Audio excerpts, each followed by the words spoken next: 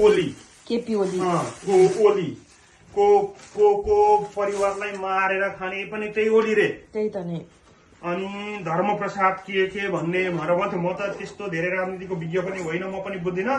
जसै गरेर रवि लामिछाने आउनुपर्छ, बालेन शाह आउनुपर्छ, सुबिता गौतम आउनुपर्छ, सुमना श्रेष्ठहरू जस्तो मान्छे आउनुपर्छ। नेपालमा सबतिर घन्टीमय हुनुपर्छ। यङ लिडरहरूले हामीले भोट दिनुपर्छ। हाम्रो बाबुबा चाहिँ अक्कडो छन्। त्यही त नि। हाम्रो मम्मी पनि खुर्र कुदेर गएर खोइ खोइ खोइ खोइ सै पनि एमाले भनेर भन्ने नै हो। हाम्रो पनि त्यस्तै नै तर हो। सम्झाउनु पर्छ, त्यही त। हामीले बाबुबाजेलाई सम्झाउनु पर्छ। गर्यो के एमाले? त्यो 75 जनाको खुन खाने भनेको त्यही केपी ओली हो, त्यही त नि। त्यही शेरबहादुर हो, त्यही त नि। त्यही प्रचण्ड नै हो। त्यही त नि। अझ उनीहरूको त अरू हिस्ट्रीको कुरा नगरौँ। त्यो भएर मेरो पनि बिजनेसको ट्रिप रेडी भयो।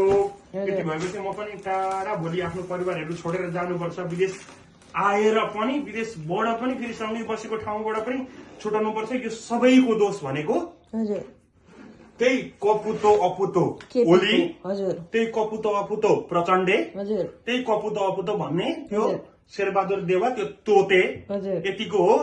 भोट घन्टीमा रवि बालेन जिंदाबाद, घंटी जिंदाबाद, डेंकी डेंक ठोकी दीजिए वोट घंटी में, बालेन जिंदाबाद, हाँ रवि जिंदाबाद। ल ठिक छ, त्यसो भए घन्टीमा जान्छ भोट। घन्टीमा जान्छ भोट, त्यो बनाउनै पर्छ, जानै पर्छ। तिमीले हामीले सम्झाउने हो, बाबुबाजेलाई मजाले, बाजेलाई सम्झाउने हो, आमालाई सम्झाउने हो, हजुरआमालाई सम्झाउने हो।